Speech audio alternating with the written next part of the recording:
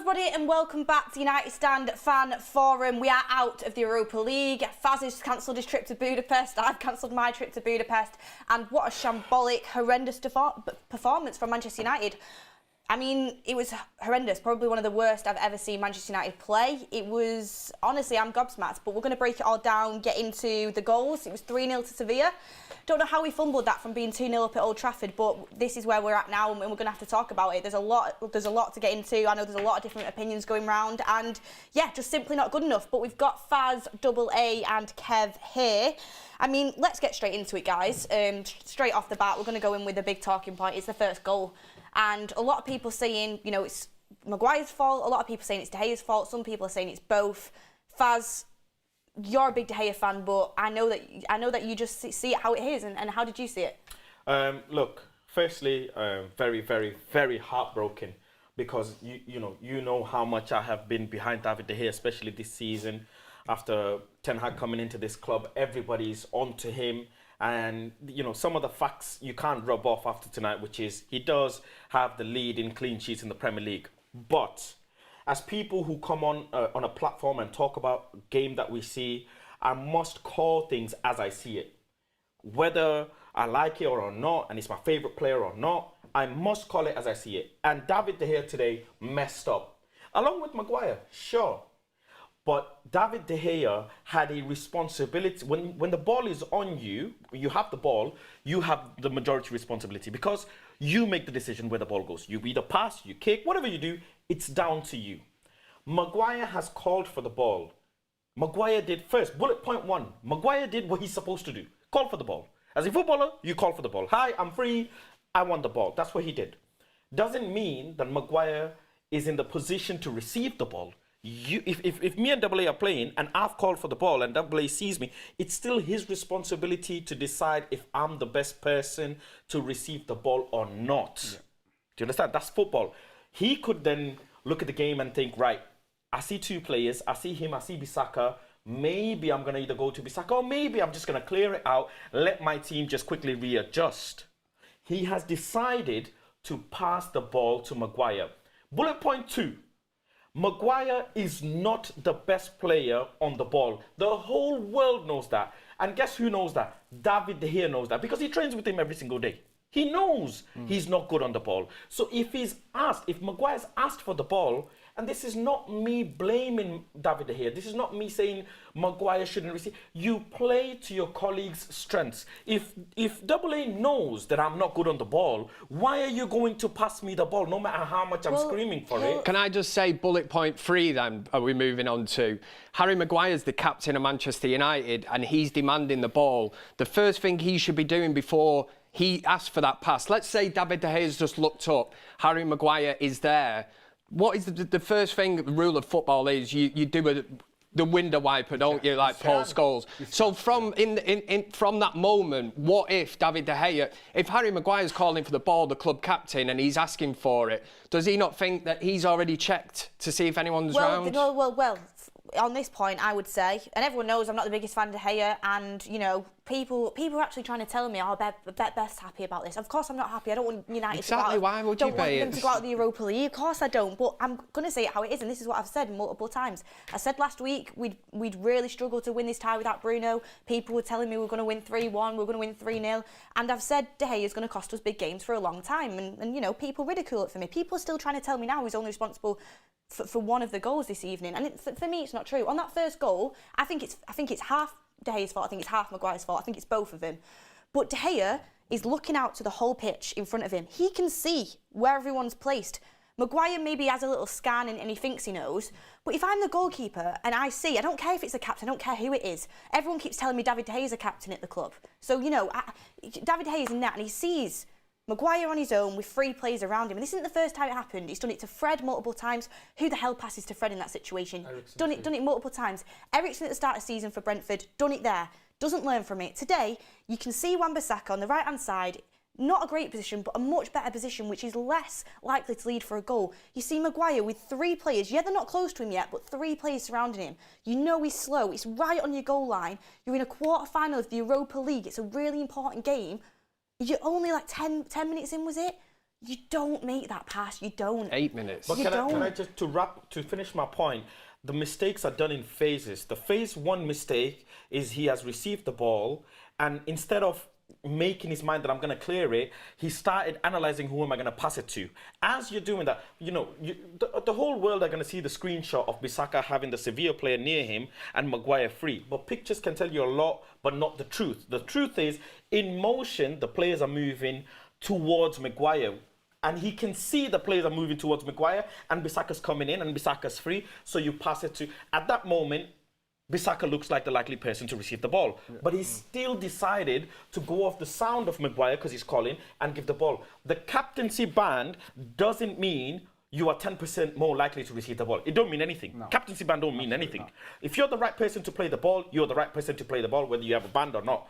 In that moment, it's a shoulda, coulda, woulda. If he had cleared the ball, the likelihood is we can come back and compose ourselves. But just Martinez could have turned that ball. This is true. This is phase 2 of mistake. But in this exact same situation, we don't know because it wasn't him on the ball. I think Martinez would have got out of that situation. I'm saying it's Maguire and De Gea's fault. Not completely blaming De Gea.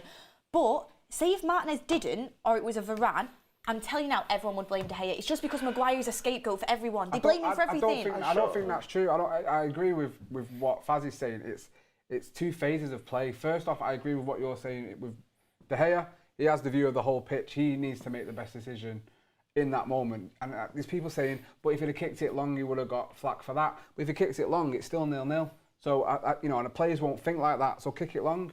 What he's done is he's heard a shout from a player who thinks he can receive the ball safely, passed it to him, and then it's on Maguire then. Maguire's not quick enough to receive the ball, panics like a deer in the headlights, and then tries some weak attempt at a pass out to Wan-Bissaka and gets caught. But what we probably need to look at the bigger picture, because you mentioned 2 moments where he's been caught for it this season, and also one that we looked at with Martinez where it's worked. So it's clearly something that they're told to do all season. So maybe it needs looking at by the manager, because it's clearly something that's hindering us and costing us goals and games, it looks like. But that's because we've not got the right person in place to play out from the back as a keeper. We've not. But look, I'd love to know what Kev thinks. If you hoof the ball, you've got at least 4 seconds. Yeah. And 4 seconds is a long time to look and then scan and see where everybody needs to be. If you just hoof the ball, you're buying time. Yeah. People who'll say, if you hoof the ball, what if we conceded? No, you have time to, and that's what captains, leaders, defenders are supposed to do, right? We can look into it, right? And we're here to analyse it anyway. There is another way of looking at it, is the fact of, what if De Gea did look, right? Harry Maguire's called for the ball and has noticed, De Gea's noticed he's got 3 Sevilla players racing in on him. So he gives Harry Maguire the ball. Now, if Harry Maguire's quick in that moment and has scanned and knows these 3 players are charging in, if he's good enough to give a pass back quickly at De Gea can play that ball to Wan-Bissaka, and all of a sudden, 3 Sevilla players, are caught up that pitch. Yeah, if United can then beat that press, which, listen, Sevilla were very, very good at that tonight. They were out of the blocks, the traps, they were first to everything, they press. But within that moment, if De Gea passes to Maguire, and Maguire gives it him straight back with them 3 players, and then, let's say, De Gea goes to Wan-Bissaka, Wan-Bissaka's on the move, you look at the play, you've just taken out 3 players there with just 2 passes. This is the way that Manchester United want to play. Even my son's team, they started doing it 2 years ago. Mistakes will happen, but I agree with you, Beth, as well. The personnel on the pitch, we don't have that at the back at the minute to play that football. The fact is, the top teams, they get out of these situations, of course, and then they start the attack. This is fundamental fact. And what's to say if the ball was cleared out that a Man United player don't win it, and then we start the attack? Hindsight's a lovely thing, but we're here to analyse it. We can look at certain things. From my point of view, if Harry Maguire calls for that ball and De Gea gives it him, I can't pick fault with David De Gea. I really can't. Even if he gives it him back to play out from the back. If that's the pass that's on, De Gea's made the right decision. It's then on Maguire, isn't it? Like I say, it's 2 phases. Maguire got caught out, and if it was Varane or Martinez, it doesn't happen. So in essence, it happens because it's Maguire. I'm sorry, right. I'm just saying, if you're on a football pitch and you're the keeper, and someone calls for the ball, but you can clearly see they are not in the right position to give it. Do you do it? Do you do it? You don't. That's what I'm trying to say. But I'm just trying to say in that moment. Imagine if Maguire was just there and like, you know, it's just like saying, you know, because someone asked for something, they have to have it. It's like, if you see Maguire in that moment, you see 3 players surrounding him in the middle of the pitch in a really important away tie where you want to kind of stay in it as long as possible. You don't. But it's different variables, like Kev said. You know, it's not a case of, you know, the pass that Maguire makes is the worst one he could possibly do because he kicks it. No, it is. Straight into the player. I think Maguire's fault as well. If he'd have gone back to the If he gives it keeper. back to the keeper, like I said, it starts taking 3 players out of the game. It's the decision at the end of the day by Maguire to do what he did. Yeah, if it goes back to De Gea, to Wan-Bissaka, we're up the field, 3 Sevilla players have committed them, they've hounded Harry Maguire, and then you look at the fundamentals of the football pitch then moving forward, you know, you've got 3 players out of position. Can I just ask, if you're an attacker and, you know, there's a striker in the box and, you know, they're in on goal, but then there's someone behind you calling for the ball, do you turn back and give it them? Like, it's just, in certain situations, you have to make the best decision of what's, and you can still play one-touch football. It doesn't necessarily, you know, Harry Maguire's got the turning time of like an ocean liner, hasn't he, at the end of the day? So he's not going to receive the ball. Well, he's trying to play a ball out to Wan-Bissaka, but listen, we can all, I think we're pretty much split on who's at fault for the first goal. I think it's both, just to add as well, as much as we can blame our players, and I know I hate to do this, but Sevilla must be credited for the way they pressed. You saw the 2 players, the third player's more out of play because he's almost behind Maguire and a little bit out. But the 2 players, the press isn't straight. Normally, you see, Weghorst, I'm just going to use him, he presses straight on, and that's not a good press. This is why the reason why Martial is so good at pressing. You press in a curve where you're blocking the passing lane and still pressuring the person you're supposed to press. Both the players, if you look at the motion, one of the players is pressing Bissaka and almost curving his way into Maguire, and the other person is curving his way into David De Gea and blocking Maguire. And Maguire isn't the fastest, isn't the quickest when it comes to turning.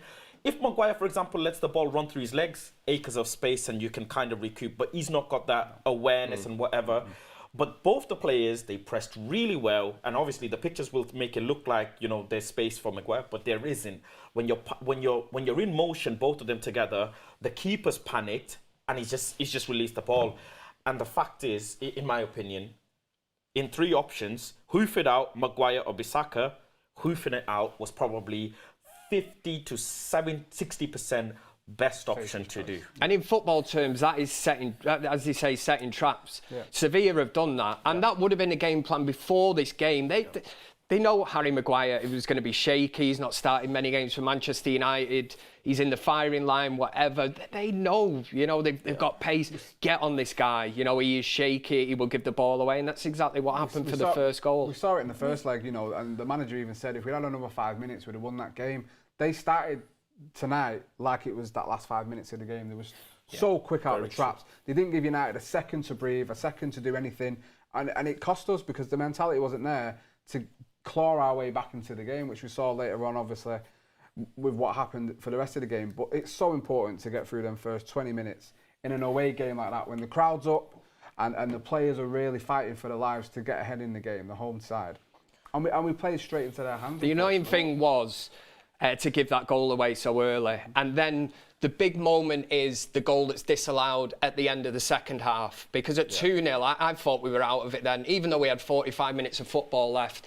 But then, to start the second half, surely the team talk again would have been, let's keep it tight, let's grow into the second half, even though we didn't even play in the first half. But to concede a goal right bang start the start of the second, 2 worst times to concede so early on in both halves. And then we're going to look back to last week, at Old Trafford. You know, at half time, we're 2-0 up, could have easily been 3-0 up, and it probably would have been tie put to bed.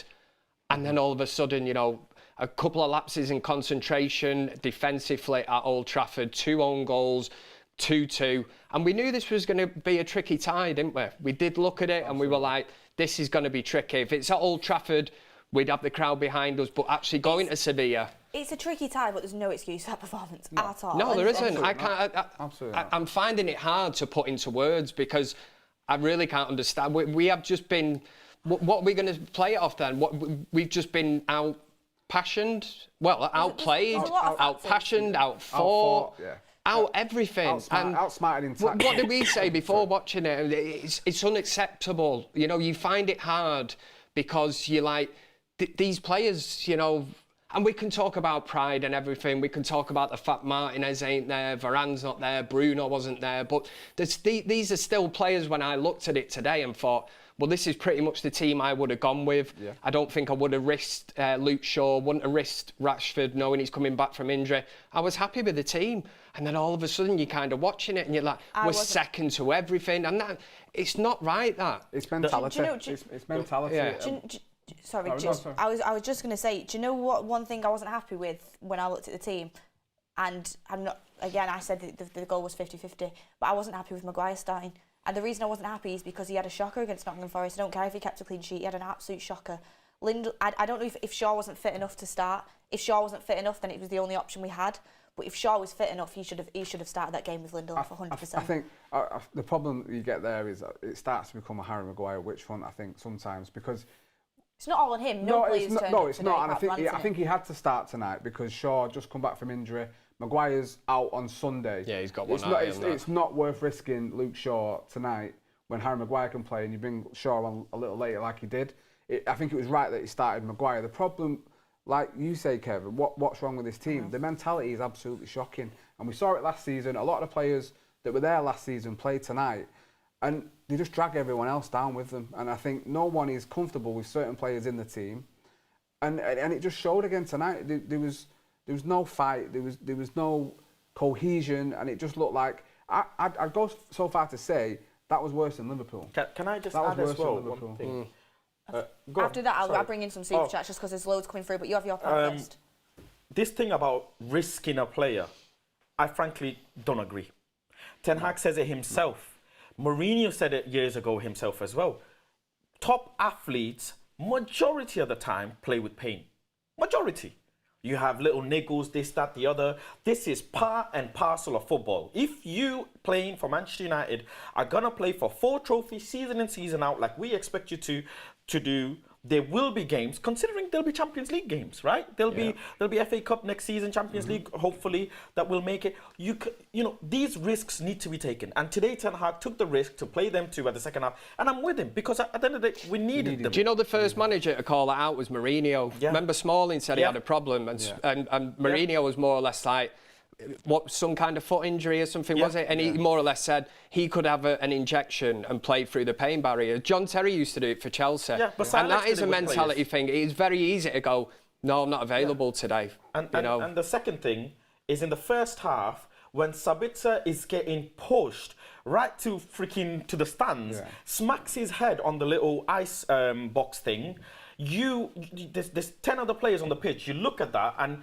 whoever is the leader, it's not just the captain, but whoever, Casemiro, whoever, you say to your colleagues, lads, are you crazy? Why are you allowing that? He's not even been booked for that, right? We are not letting that happen one more time. We're going to smash them and make them feel that. Sabitzer's had a massive knock on the back of his head, and he's been pushed right out of play. Could have had a freaking concussion or something. Yeah. And you're watching that, and yet you went on to play the full 90 minutes and you didn't show a single bit of fight. Forget the goals. That, as Manchester United, is absolutely coward. That is absolutely pathetic. You do not. Your player has just been smashed in the first half, and you're already getting battered. And you capitulate. The whole squad doesn't allow that, Martinez and Bruno. Because they're the not two acceptable. That will fight. I'm a bit disappointed in Casemiro, because Casemiro should be doing that. You know, he's feisty and he gets about it. He looks way off the pace at the moment. Well off the pace. But you're absolutely right, mate. And the problem with this team is the underbelly. They're absolutely soft and they're scared, and they've not got an ounce of fight or aggression in them at times. And it's shown tonight that they were. It was men against boys. You said it's like under 8s. And that's exactly what it was like tonight. It was.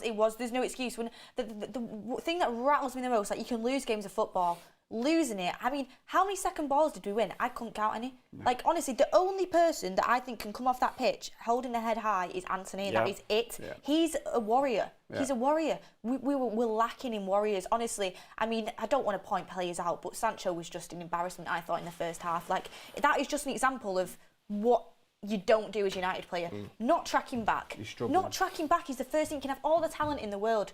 I think Sancho has got crazy talent. I really want him to work out at United.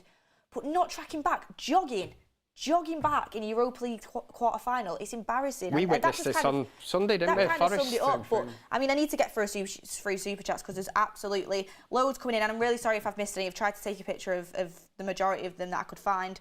Ollie Long says, when we play Maguire and Lindelof, we cannot play out from the back, just blast it, stop trying to pretend Varane and Martinez are playing. And Sensi Gaia said that game was a load of tripe.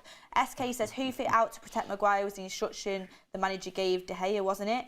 And Chris Rollins says, Beth, you're absolutely right. I mean, a lot of people are asking for me to be sacked, so you know. Asking for who? For me to be sacked. Sayomi Coley says, no Bruno, no party. We need a mentality check. And Karimor18 says, if Erik ten Hag does not use results like this to get rid of players like Maguire, Martial, Fred, McTominay, etc., they will end up getting rid of him, embarrassing over the two legs. 5 goals with no reply. Yeah, some of them players didn't even play. Nick P says, I don't really understand what the alternative is, not to pass to Maguire under pressure. He's a footballer with legs and gets picked. He's got legs, but he's got not high football IQ, has he? And then Anthony Tracy says, Erik ten Hag is not elite, evidence is in it. We didn't use Ronaldo, ends up playing Wout in tone injury. Sorry, I didn't even... What did he say?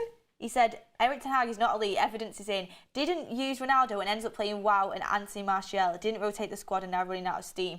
Don't agree with that whatsoever. I thought the players... We're not going back to this Ronaldo No, debate, surely. We're not going back to Christ, players man. massively let Erik ten Hag down today. I don't think there was much else he could do with what the circumstance he was in, really. There's literally not much else he could do. One thing I want to get into, before we move on, because I just do want to put it out there, and this isn't me having an agenda, I'm just putting it out there and just telling the people that it's an actual fact that has come out. Since the start of the season, no Premier League player has had more errors leading to an opposition goal in all competitions than David De Gea. So, you know, people can argue with me all they like and you're entitled to your own opinion, but no player in the whole Premier League has had more errors leading to an opposition goal than David De Gea. So, in all comps? In all, it just says in the Premier League on this stat. Well, today wasn't a Premier League game. Oh no, in all competitions. It says in all competitions, Ouch. yeah. Okay. I think it's becoming really toxic, this whole agenda around De Gea. It's sad to see because he's been an absolute legend for the club. He's helped us when we were at our lowest after Sir Alex has gone, you know, winning player of the year 5 times, however many times it is. For him to see it flip at this side, on this way now, and see how toxic it's getting towards him every time he plays, every time there's a bit of pressure on him, every time he has to play out from the back. I don't want him to go because I have love for him, but at the same time you kind of have to be ruthless, like, you know, managers are. I would personally think it's best for all parties that he goes in the summer. Yeah, but they have a decision to make, don't they? Because he isn't gonna get the contracts, you know, the money that he is on now. So will he take a wage reduction at Manchester United? Apparently we're offering 200 grand a week, which blows my mind. But I mean, there is a contradicting factor that I will bring up. Like I said, there's no agendas. People are saying, well, he is top for Golden Glove in the Premier League. There is alternating factors that you can bring into it. There's different arguments. I'm just kind of giving 7 against Liverpool. Giving you the facts here. But everyone, like you said, you think we need a new goalkeeper. I just think for the harmony of the team, for the fan base, it just seems, you know, you go on social media and it's just, you know, it's all tweets from Beth, to be honest with you, but, you know. Yeah, I mean, it's just not good. It's not good. Yeah, I mean, there's a lot of people that think the same thing, but there's a lot of people that think otherwise. But, you know, proof's in the pudding at the end of the day. You know my thoughts. What? Yeah. What is it? No. But the third goal. Hold on. I want to swear, but I can't. What are you doing? On the third goal? What are you doing? Yeah. No, what are you doing? We're still in the game, by the way. We can get 1 goal and then, you know, Rashford is on the pitch. Anything is possible if Rashford is on the... What the hell are you doing? Do you know what I said to Charlie before? No, Double A is football. Let the ball bounce. Yeah. Chess. Clear. He had time to take a touch. You can do that. I can do that. He can. Everybody here could do But that. the problem with De What Gea is he now, doing? though, the problem, I said it to Charlie before, when De Gea is caught up in a mistake now or anything, his head goes. He can't scramble it back and compose himself. That, the second goal you can hardly say was his fault. I know Robbie You Savage. can't defend the third. Robbie Savage No, was you having can't. a field You day. cannot defend Well, the it. third, he's caught in no man's land. It's not a control. It's not a pass. His head's gone, and he can't scramble it back. He can't fathom and collect himself and compose himself and to make a rational decision. It's sorry to see because it's a great player. Okay, in football, struggling. you're allowed to use your head, your chest, your thigh, your foot, I agree. your shoulder. Yeah. You're Get rid allowed of to it. use your shoulder. Get rid. But he's doing none of it. None of Mate, it. there's doing none of something it. on the ball. Clear. Oh my goodness. I hate Even to- just turn into Peter Kay, wallop I it hate at the to- stand I and hate shout, to- have it. and again, you lot know I love David De Gea more than anyone here. Anyone here. Yeah. Between David De Gea and Maguire, how much do they earn? That's $500,000 a week between two players. That's 700 grand. $500,000 a week or more. Probably about or 700 more. grand, yeah. If you cannot control the goddamn ball, how are you a professional footballer? How? Please, somebody explain. He makes good saves, apparently, according to the manager. Well, people have messaged me tonight saying it's one bad game, Beth. Don't Come matter. on, Is come the on, trophy gone? come on. I don't care about one bad game. not If it one was the bad league, game. we could have covered up because other teams dropped yeah, point. yeah. This is a trophy. I had my Budapest booked. You wanted to go Budapest. We all wanted to go Budapest. We wanted Well, another can I trophy. just say? And Can I just say? done. And I absolutely. Everyone knows. I think we need a new goalkeeper. It's not new. It's not new. It's not new. I've been saying these things have been happening for a long time. But I will say, the reason we're out of the Europa League is because of 10 players on that pitch. It's because of 10 players. We were awful. We were awful. We were never close to scoring. The midfield was non-existent. The defence was shaky all game. They walked through us. There was players jogging. It wasn't just on David De Gea that we lost that game. I think we were shambolic apart from Anthony. Genuinely. I genuinely think we lost the game in the first leg. We lost it when Bruno got suspended. I said that. I think But they that's mentally easy scarred the thing to team say. with the way they come back and they battered us at Old Trafford. I think this team went into this game terrified. They were petrified of this team, and when they've seen them go at them like a pack of wolves, they're in the headlights. They had no clue what to do or how to fight. We still back had into enough this to game. beat them, man. That Sevilla team has got Come on. them 11 players have got a combined age of about But they play as a team. 954, But they play as a team, Kev. We probably don't a play as a slight team. overreaction, but We They don't look play as a fitter team. than us. They Yeah, look yeah. fitter than us. They look more energised than us. They look hungry than us. They walked onto that pitch thinking we're going to win this game of football. We walked onto it. We got shell shocked, and then we looked like wimps for the rest of the game. I thought. Never And I hate- recovered. It's And I worrying. hate to see that. It's worrying. Not the whole team, but most of the team. And it's certain players today. There's certain players that even though we played poor, they can kind of they can. I look at them. I think you are a United player, but there was certain players that really stood out today, and I think you are not cut out to be a United player. You're really not. But I do want to get onto this talking point because it's one that I want to bring up. Like we said last week, Kev, you said I'm going to change my mind on this one about Bruno Fernandes being out because, I mean, I think someone was laughing at me when I said he's our most important player, and people are like, oh, Casemiro, Martinez. Obviously, Varane and Martinez is a huge miss as well. We have to bring that into consideration. But the Villa game, how poor were we? We got walked through. We were rubbish. Bruno Fernandes didn't play. Today, again, people didn't look like they had any direction. It felt like there was no leadership. There was no one holding people accountable. The captain weren't there in Bruno Fernandes. And I can't get my head around that people actually think he's a problem, that people actually think he's not the best player at the club, because he's so important to this team. And I think, again, today, I saw a tweet say, life without Bruno Fernandes isn't great. But, I mean, how much of a big miss was that today? It was huge. I did say after the game the other week, I was like, I didn't feel it was that much of a big miss. And then was it Forest? Was it the last game? I kind of looked at that and went, wow. And then I was like, yeah, we are going to miss this guy against Sevilla. And I was like, it's the risk take element that we did not have this evening. There was nobody making that final bit of magic in the final third. Yes, we were getting up into kind of decent areas, but there was no, that's why I was slightly disappointed in the likes of Eriksen. I'm thinking there's no passes being threaded through. And it has been a great switch of play, the fact that Erik ten Hag identified, I think it was back to the Everton game, that he played Bruno a bit deeper, Sabitzer in that number 10 or a bit further forward, and it has worked because nobody's got anywhere near Bruno Fernandes. He's been able to pick his passes, do what he wants to do, like a quarterback, just spraying passes left, right, and all over the show.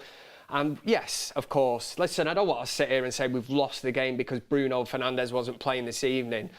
But on reflection, he certainly would have made a difference if he was in the team. I know, listen, Ricky might be watching or he'll watch it back, but he would be the type of person that would sit in this seat where I am now and say, doesn't matter if we've not got Bruno, we've got another player that can come in and he will do a job. Players like that, you can't just come in and do a job. It's not an easy job to do. You know, Bruno Fernandes is like Harry Potter for Manchester United. He gets that magic wand out, makes things happen. Not everybody can do that. We have footballers at United. We have the likes of McTominay, Fred, whatever can come in and do that little bit of a holding role. But this is such a vital part of the team. And I just feel it was missing this evening. There was no link-up play between... You know, Martial is up front, and I'm sure we'll talk about him in a bit. But I agree that I think a lot of players dropped off. I think Eriksen is fantastic. I thought he was woeful tonight. Really, really poor. Do you know the worrying thing is this season, it does seem we don't have a few players that just have an off game. When they have an off game, everybody has an off game. You know, you think of Anfield, you're talking 11 players. I know everything they hit went in that night, but I'm talking when our players are off game, it's not like, oh, 2 or 3 players were bad, but, you know, these players carried us through. It's infectious. It almost runs through the team. It's scary. City, Brentford, Newcastle. It's a big so many games. So many games. And just talking on Bruno, that it's not just what he does in terms of his technical ability, and it's everything else. There's such big boots to fill because no other player in that team is shouting at other players to get in position, to do this, to wake up, to fight for every single ball. Even when Maguire's got the armband, he's doing it. And when you take that out of the team, there's literally no one on that pitch tonight that was going to do the job of leading from the front. And that's what he does oh so well. And that's why he's such a massive miss. Casemiro, for all the experience he's got, isn't that type of player. He's not going to shout at you and tell you to do this and this. He leads by playing football. It's a different type of leadership. Martinez does it, but obviously not playing. Bruno tonight was the biggest miss at all. You know, we didn't lose just because he wasn't playing, but what we brought to that team was missed because, like I say, there's no one else in the squad. Well, Casemiro has got it in him. You know, we've seen him you obviously at the game, you know, Wembley and that against Newcastle. He took that game by the scruff of his neck, set the tone. We're talking about the challenge on Sabitzer. Casemiro is the one that you would expect then to stand up and go, we ain't taking this shit tonight, Sevilla. You know, I'm flying into this next challenge. I'll set the tone for the game. But we said he looks off. Yeah, he does. Since he's come back, I don't know whether it's mentally he's fatigued or, you know, it's got to him a little bit. I think he's worried about getting affected his confidence or whatever. But since coming back from the 4-game ban, he's looked massively off it. And, you know, sometimes, you know... He was off it when he first come to United. There was question mark. The first 4 or 5 games, there was players saying, Real Madrid have had us over it. I was talking to United fans, and then all of a sudden, it all become clear, and I was like, wow. Well, there's a super chat here, actually, from Kaya saying, I feel like Casemiro's getting nervous to perform any tackles because the refs are always hard on him. His defensive ability is what really makes him good. Got a couple more from Nick P saying, I don't understand what the alternative is. Oh no, I've already read that one. Rohan Ghosh says, this season reminds me of the season under Mourinho when we finished second. It's those players who were pathetic, nothing much that Erik ten Hag can do. Asame says, folks, you think playing too many games without squad depth was the reason today as we didn't look energised? That's definitely one that we can discuss. Kia says, we looked awful all game, never looked like scoring. Even if we had Manuel Neuer, it wouldn't have made a difference. And then Eric says, do you lot think that United would have won with another keeper today? It feels sad. It feels sad that YouTube have agendas. I mean, we're just calling it how it is, unfortunately. And if that affects you and your favourite player, then that's what it is. But we just say, I don't understand this thing about agendas. If you can watch that game it's an and think David opinion. De Gea It's not an wasn't issue, agenda. then honestly, please. I just want to say something as well, quickly. Because people don't even use agenda in their day-to-day life. They just it's a weird word that they use in football culture. I don't know what it is. Yes. Fact 1, Martial didn't score today. No. Wake up, everyone. Fact 2, Marcus Rashford didn't score today. No. Fact 3, Anthony, who's a knockout game merchant, didn't score today. No. Fact 4, Eriksen was absolutely silent. Sabitzer, silent. Casemiro, silent. And by the way, is Casemiro a top player? Yeah. Is Eriksen a top player? Yeah. Yes. Is Sabitzer a top player? Yes. Is Martial a top player? Yes. Is Sancho a top player? Apparently so. Is Anthony a top player? Yes. Is Rashford a top player? Yes. Is Luke Shaw a top player? Look at the players I'm mentioning. We can absolutely put the coffin on Maguire and De Gea. Yes. The goals were conceded because of majority of them to set pieces. The third goal, obviously, David De Gea's fault. The first goal, both their fault. But then, after we've done all of the talking about them two, what did the rest of the players do? What did Jadon Sancho do today? What did Martial do today? Apparently his ankle is gone, yet again. No, you are right. Again. You are right.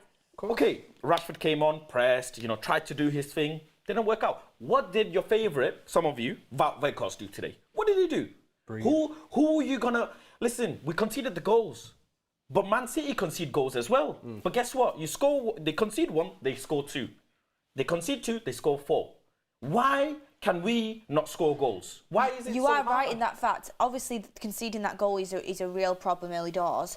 But, I mean, if we go and score, it takes the pressure off the defence. They know they can't concede another one, or else we're really going to be out of it there, or we're going to be under pressure. Straight off half-time, we concede another one. The problem is, and Beth, it's don't just look like, like scoring. exactly, It and the didn't look like mentality's scoring. down then, I think, and we didn't look like scoring all game. And you are right, it does take the pressure off the defence if the attack and the midfield can somehow get a goal, and we just didn't look like it at all. And I agree with you, so many players are off the pace. Can I just say as well, that has to be a new segment of the show, Fazzy's Fact File. I like that. Fact 1. I was wondering how many he was going to say. I like it. I'm not lying though, am I? No, it's true. It's true. All of these top players Nail who on couldn't the head. create a single...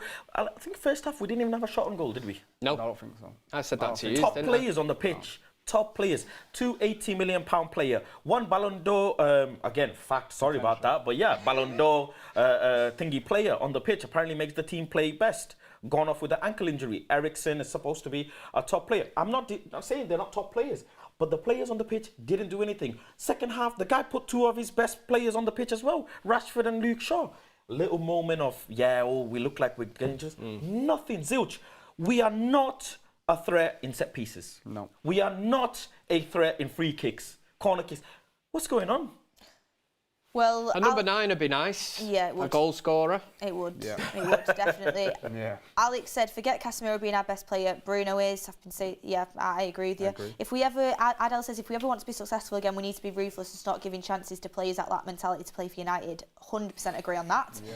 Kieran Lee says, all the pundits putting on pressure on David will stop replacements in more key areas. And Darren Mullini says, think Maguire has made Ten Hag's mind up today about selling him. 4 defenders today. All 4 defenders today was not good enough. I mean, and then Harry says, if you watch Ten Hag's Ajax team, you see great football and hard work. His team beat Dortmund away 4-0 yesterday. He's the man, he just needs time. Oh, I'm 100%. I'm fully behind Erik Ten Hag no matter what. He needs a summer transfer window. He needs to be backed, and it's time to cut your losses with players that just haven't lived up to the plate. I mean, again, don't want to target players, but I'm just saying an individual here. Maguire talking about not needing to prove himself. He's the captain of Man United. All this stuff. He's not lost since the first couple of weeks of the season. Reality is, Maguire, you were playing the easy games because you're not good enough to start. And you started, and I said, you know what, come on. You said you don't need to prove yourself, but, show that you can play. It's not all in him. But God, it's been 2 awful performances so far. Forest was horrendous. I know he kept a clean sheet, but he was poor. And today again, just not good enough. Just not good enough. And it's an example. There's so many players in that squad that just aren't good enough. There's some players there that are really special, talented players that have got what it takes. But there's a lot that needs shifting. A lot. Well, Rangnick said it best, didn't he? At the end of last season, it's open heart surgery, and some people laughed at him, and he was shown the door. He's not wrong in that, because, like we said, when we're bad, we're really, really bad. It's horrendous to watch at times, and you think, have they learnt nothing? Ten Hag can only do so much, and we're all calling him a magician for where he's took this team from where we were last season, and he has to be applauded for that. But again, they've shown that a lot of them cannot be trusted, and I think it's a slow process, because depending on the ownership and who's going to be owning us in the summer transfer window, a lot of these players could be here next season, and that's the problem. And some of them are on contracts, may not want to move because they see the direction the club is potentially going in. So that might stop them wanting to go, especially if they've got no ambition to play full games and all the time for teams. But we know we need more quality to come in through the door in a lot of areas. Tonight is just shone a light on how bad this team can be and what is needed for us to get to the level of City and Arsenal and teams it's that we squad want to be depth, innit? fighting for. How many times have I said this on here? You know, we get a couple of injuries and we start looking at that bench, even the bench again this evening. Yeah. Apart from Rashford, and then you're thinking, well, will we need Luke Shaw? You're thinking, we're United here, as Gary Neville would say. We're Man United, you know, but we're going there. We've got a decent starting 11. We've got a Sevilla team that are wearing the Spanish league. You know, they're not exactly pulling up trees or anything, but yet tonight they turned it on. Again, Faz summed it up perfectly as well. You know, you don't want to take too much away from Sevilla. No. It's easy for us to sit here and, you know, carry on, but we're trying to dissect what's happened from a United fan's perspective. Yeah. You know, we can't just sit here and say, Sevilla were brilliant, end of story, you know, good night. You know, it's not as easy as that. We're trying to pick the bones off it from a United perspective of actually what has gone wrong and why did 11 players go out there and play so shit. I think they would have had a harder game if we didn't even turn up on the pitch, to be honest with you. I think they would have struggled to score more at all if we didn't even show up on the pitch because, like you say, we can talk about how great they were, and yes, they stopped us playing, didn't give us a moment, and really put us to the sword and punished us relentless. In that second half, they were brilliant again. It's back to that thing, you said mentality earlier, but there just seemed to be no fight in the team. No. Nobody Passive. Nobody took the game by the scruff of the neck. Remember when we were applauding Hannibal for a 5-minute cameo at Anfield? You know, we were getting beat. But we were at that stage where we had no connection with the players, not like we have now with the likes of Martinez, Varane, you know, these players that come off the pitch, the likes of Casemiro as well, where they beat the chest in front of the crowd, and as a paying fan, you're like, you know, the good times are coming back here. I'm invested in this emotionally. I'm getting it back. And we were applauding at that time, Hannibal coming on, running round like a headless chicken for 5 minutes, nearly getting sent off. But we were just happy that somebody was on that pitch, putting his foot in and that. Yeah. You know, I'd have done anything for just to have a little bit of that fighting spirit this evening, but nothing. It was worrying me tonight how even in the first half, and we all commented on it when we was watching it, they were cutting through our midfield and they were jogging back. There was no players sprinting and killing themselves to get to the ball. Apart from Anthony, but Casemiro, Sabitzer and Eriksen, they were just getting cut through time and time again. And there was no urgency to get back or do anything. And you just thought, we're just never going to get back into this game if we carry on like this. And the second half shown, you know, they really did punish us. And they deserved to go through because on that performance and the second half performance at Old Trafford, they were a far better team. 2 points. Point one, I don't want to use the word fact because Kev's put it in my head now. It's fact file. But 2 points. Point one, goal comes from mistake, right? And point two, they didn't actually, out of open play, create a chance and then score. Both the 2 goals came from pure mistakes. One of the goals comes from a set piece, which you even could say slight mistake, because obviously you've made a mistake when they scored, but then it's a freakish goal where it comes off the bar. Shoulder. The second, it wasn't even his head. It came off the bar and it went in. Yeah. But Manchester United, look, are you, as a forward, as an attacker, when you look at Martinez, I tell you what, players are scared. If they say Bissaka, I guarantee you they're scared because they know Bissaka's got this rubber band elastic leg that he can stretch out and make a tackle. Martinez can make a tackle. Malacia's had a bad game last game, but Malacia can make a tackle. He's done that in previous games. When you look at Lindelof and Maguire, I guarantee you players are not scared. We were looking in the second half, Lindelof running back. We're like, just stick your leg out and smash him. Maguire, okay, you've made a mistake, first goal, make it up. Make a good tackle. Establish your authority. You're a huge centre back. You're towering centre back. Establish yourself on the pitch. And he's doing this after this. That I do not understand how Manchester United could keep the likes of him, Martial, Lindelof, these type of players in this organisation if we want to be competing for 4 trophies. Year in, year out, by the way. It's absolutely atrocious. As much as we didn't create, neither did they. They didn't create. They scored from 2 mistakes. All their They were 5 much goals, all better their, than us. all their Much 5 better. goals were because of mistakes from us. And They were pressing you're right. ridiculously You're right well. in what you're saying, because I imagine, and it's no coincidence, their first goal comes from 3 of their players sitting on Maguire.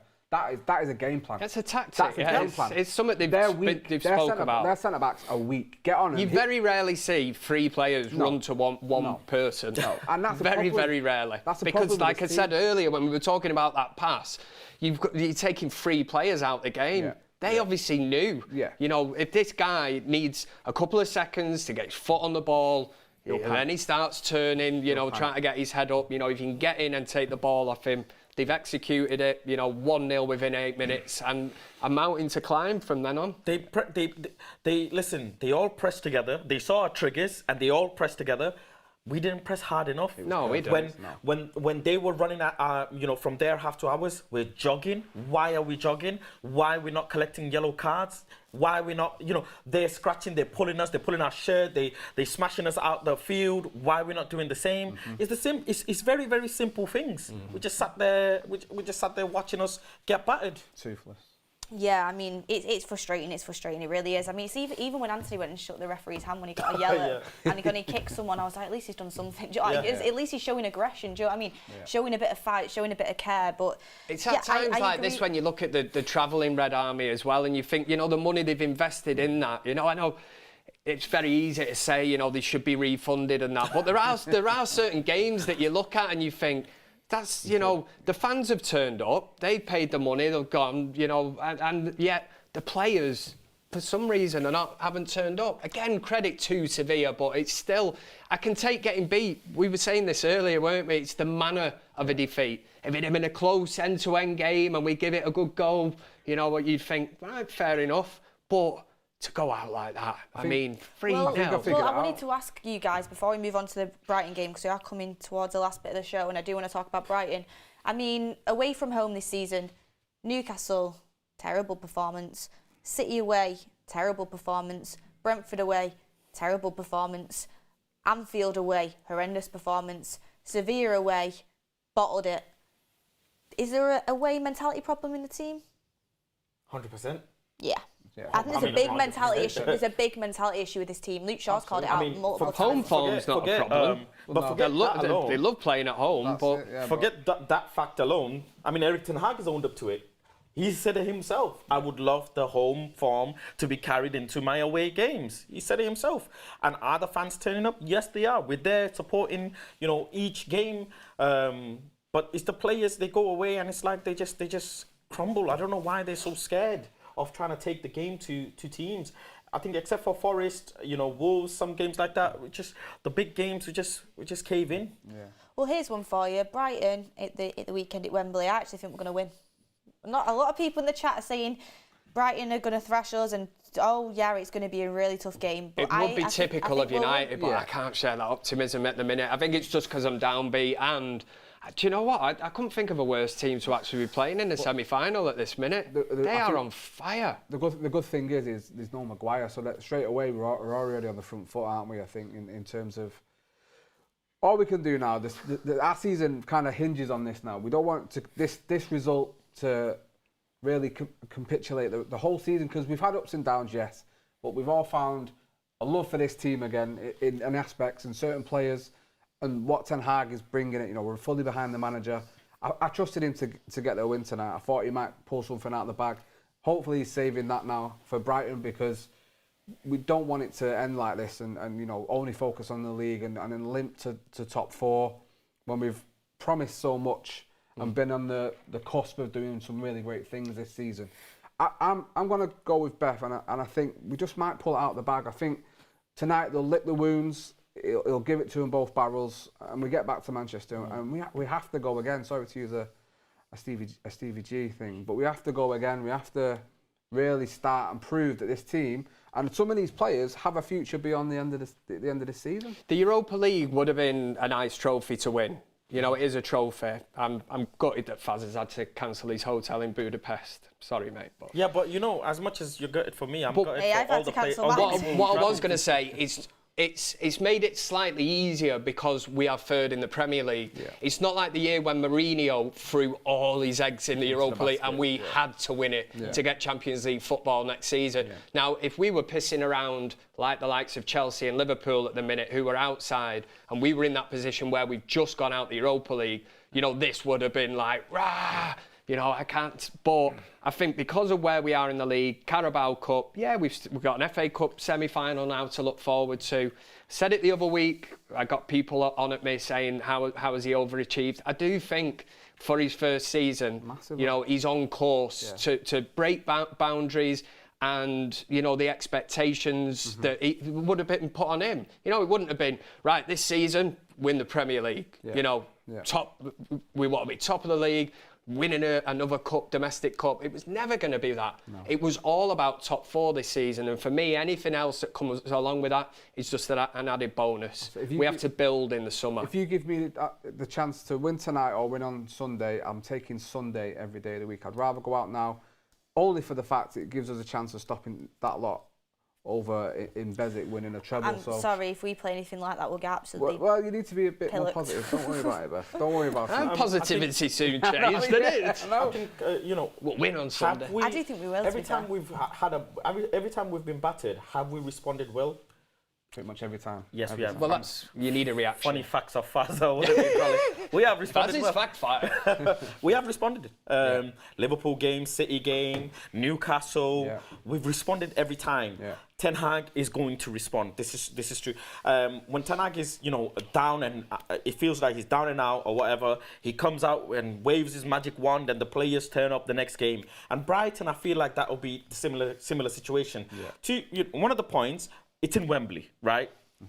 Whoever turns up, it's like they're going to win the game. If you don't turn up at Wembley, there's no home or away end advantage, nothing like that. It's a neutral ground. Yeah. It's a FA Cup, one of the most prestigious trophies in the world. You must turn up. And if whoever turns up wins. If you don't turn up, you lose. Same thing will happen with Newcastle because people will say Newcastle, oh, Eddie Howe and all of this, you know. And Dallo was getting a bit, you know, shaky. But it didn't. You know, not that. No. Brighton, as good as they are, whatever it is, we still have good players. We still have top-class players. And also, it depends, I'll be honest.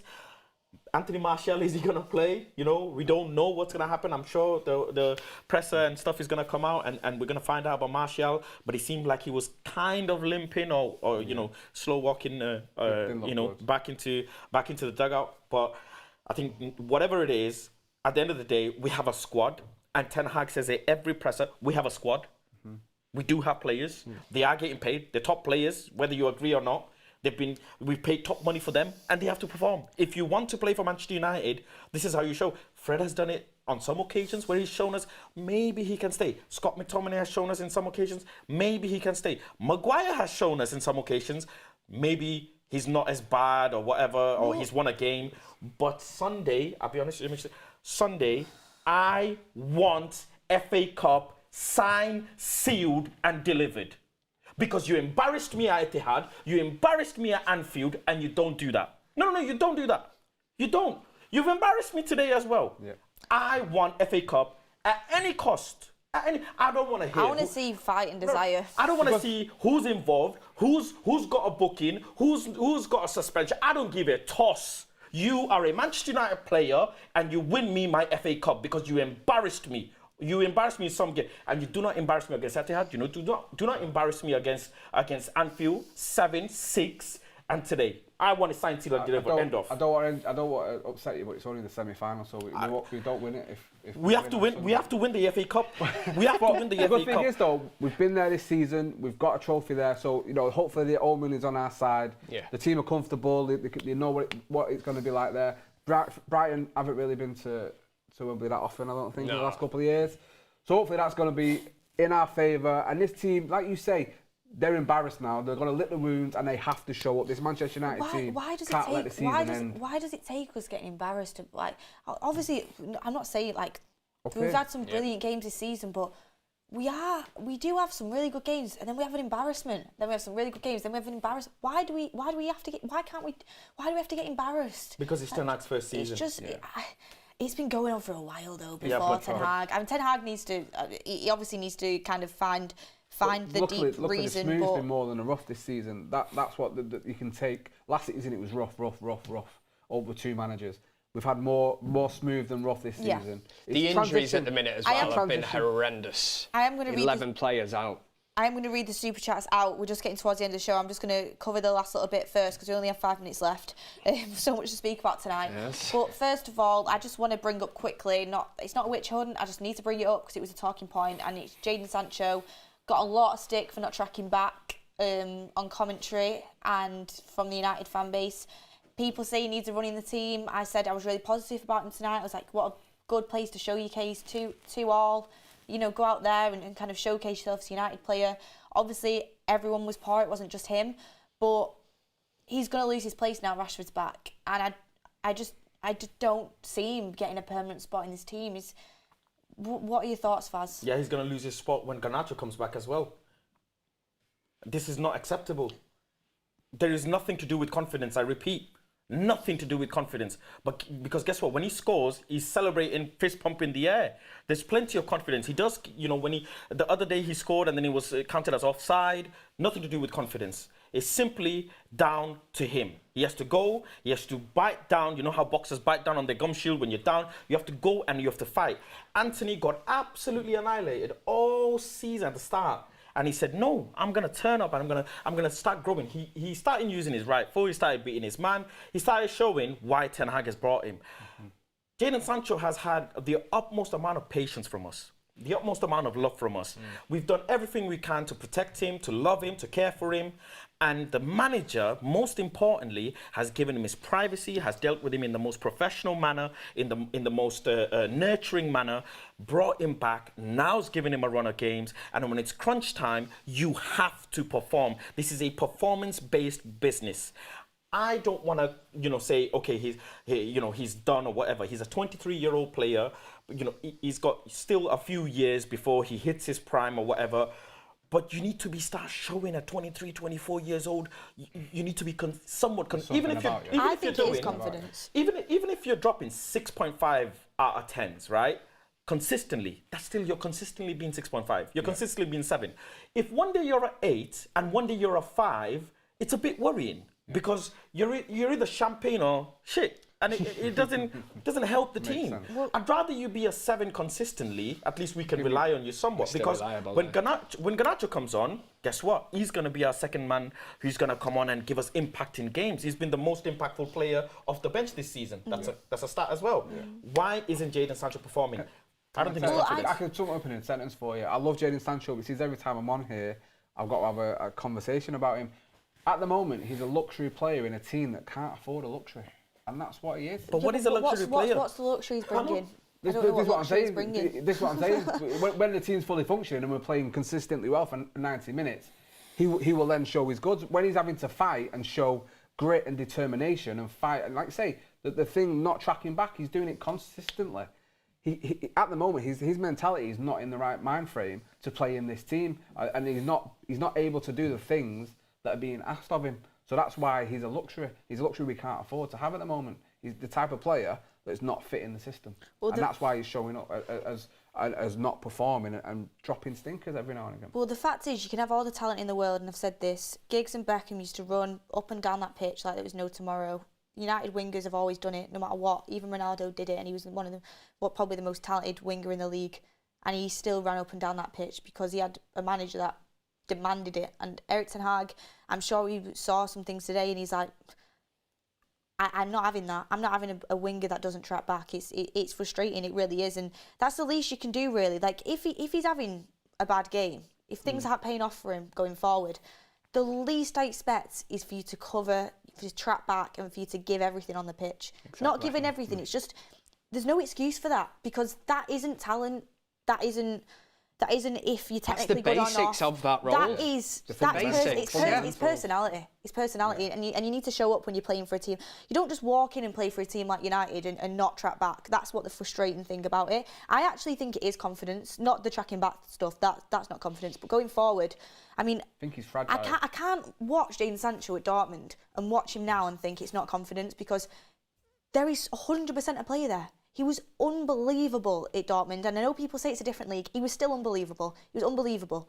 Now, it's just not ticking. I don't know what it is. I really You don't. can't imagine for a minute that it's an instruction to Jadon Sancho to keep it simple, because you look out on the other wing, Anthony is taking risks. Yeah, he might lose the ball. You know, he's popping off shots, he's doing this, that. And that is what is highlighting this on the other side of the pitch now, because Anthony's stepped up. Again, you know, you've got players like Bruno taking risks. So why on that side of the pitch have you got a Jadon Sancho who, you know, will look to burst into the area than that, but then he's all, you know, Anthony got criticism for this, didn't he? We were on here sometimes saying, bloody hell, you know exactly what he's going to do. He's just trying to cut back onto his left foot. You know, he gives the easy ball. He's starting to take more risks now. So it can't be Ten Hag just purely instructing, you know, Jadon Sancho, right, every time you get the ball, cut back, just give a simple ball. What's the point? You're in an area of the pitch where you can hurt someone. And we've seen Jadon Sancho do it before. He is capable of it. So what does it come down to? Just needs 2 points. And again, I hate to do this, but these are Ten Hag's own words. 1, good is not good enough. And 2, you do the basics right.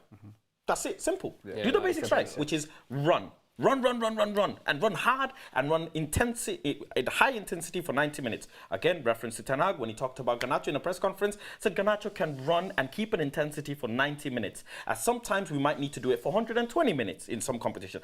You must run and run hard, and good is not good enough. You must strive to do better.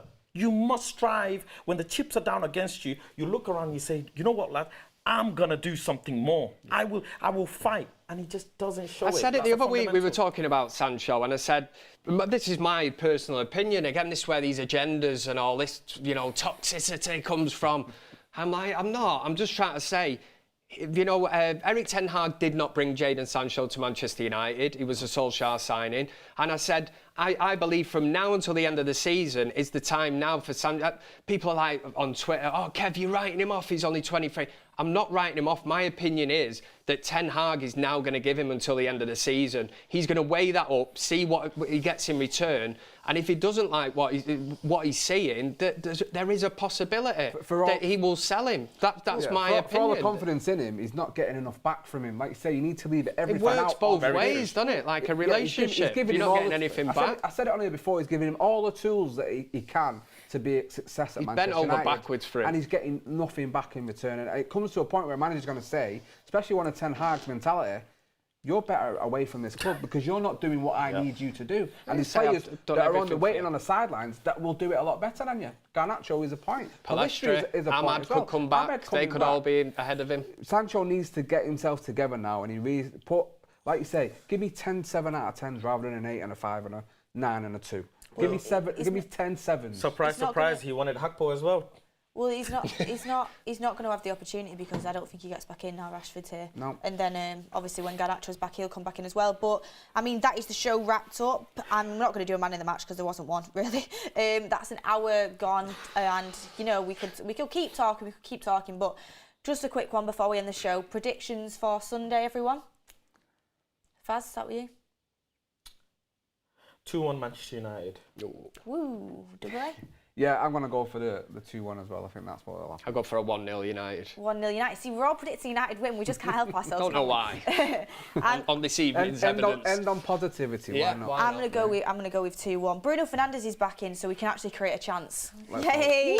We can't create chances without him. It's crazy, really. And people say we shouldn't be a one-man team. Well, we're not a one-man team, but everyone thought it was Casemiro. We're very reliant. We're very reliant. Well, anyway, everyone. I mean, yeah, that's the thing. Casemiro, Eriksen, Bruno midfield's unbeaten.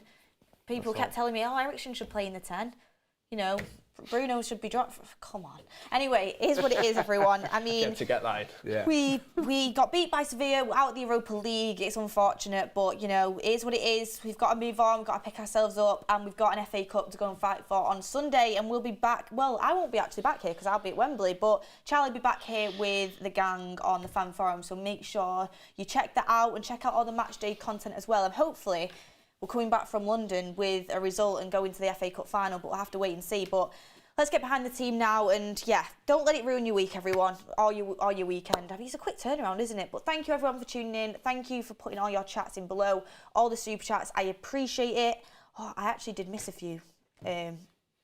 let me just read a couple out before we end the show, because, you know, I feel bad for missing them because I was going to read them at the end. Alan Kenny says, we need to move on from these players if you think they're good enough. And Wilson Pereira says, Beth, pretty excited about our goalkeeper and Bruno. Respect. Noisy put a super chat in. Thank you for that. Roshan Gosh says, Mourinho said it was best ever season when we finished second. The players have let them down. Josie, Ollie and now Eric. Add the Glazers to this is atrocious. We need wise recruitment. I don't think we should go over the top, but there is definitely things we need to change. And Wilson Pereira says, Beth, Bruno Fernandes is underrated. Goalkeeping up there today was proof. And yeah, I think that was about it. But thank you everyone for getting your super chats in. If I missed any, I am really sorry. But thanks for watching the show, everyone. Make sure you hit a like on the video on your way out. Hopefully we get the win against Brighton on Sunday, and we'll see you on the next one.